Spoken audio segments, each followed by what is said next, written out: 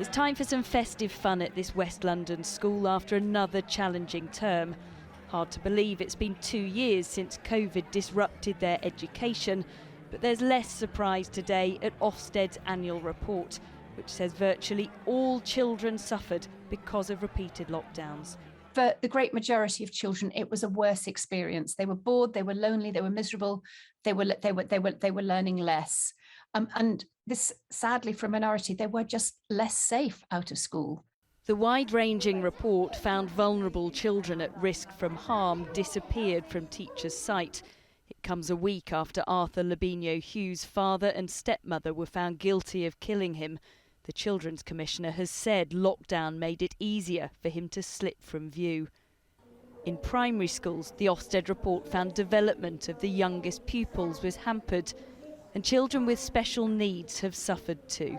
There's been a lot of things where, children were kind of in the process of having diagnosis and accessing different support from outside of school that has been on the back burner, really, and is still on the back burner. Back in West London, and Jasper and Jifar reflect on their lost learning.